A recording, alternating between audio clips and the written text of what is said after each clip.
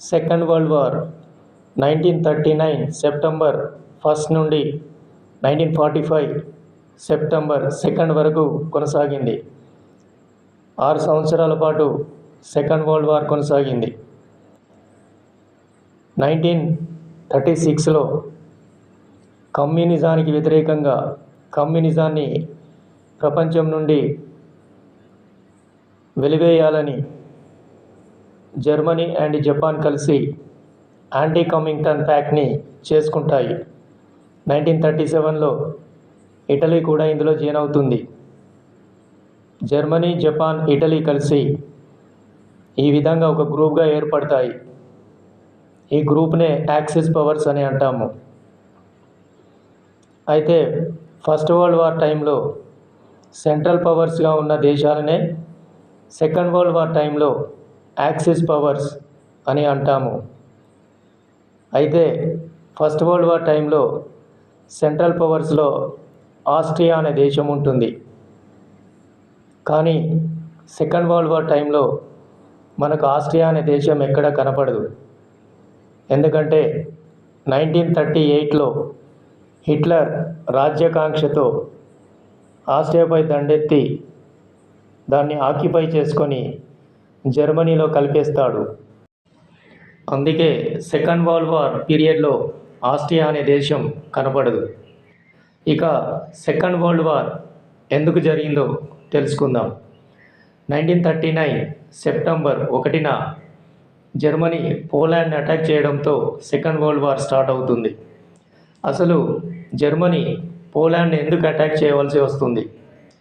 First world war తర్వాత జరిగిన Versailles ట్రీటీలో Germany అనేక ప్రాంతాలను కోల్పోవలసి వస్తుంది. అలా కోల్పోయిన ప్రాంతాలలో డాంజింగ్ పట్టణము ఒకటి. ఫస్ట్ వరల్డ్ వార్ తర్వాత ఈ డాంజింగ్ పట్టణాన్ని యూనియన్ టెరిటరీగా చేయడం జరుగుతుంది. అయితే అది తర్వాత పోలాండ్ ఆధీనంలోకి వెళ్ళిపోతుంది. అప్పుడు జర్మనీ డాంజింగ్ని తనకు ఇవ్వమని పోలాండ్ని అడుగుతుంది. అప్పుడు పోలాండ్ బ్రిటన్, ఫ్రాన్స్ సపోర్ట్ చూసుకొని నేను ఇవ్వనని తిరగబడుతుంది. ఇక అప్పుడు హిట్లర్కి చేసేది లేక 1939 సెప్టెంబర్ 1న పోలాండ్ని అటాక్ చేయడం జరుగుతుంది. ఈ విధంగా సెకండ్ వరల్డ్ వార్ స్టార్ట్ అవుతుంది.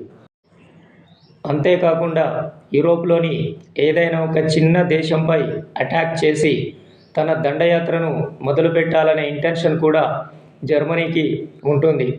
ఇది కూడా ఒక కారణంగా చెప్పుకోవచ్చు.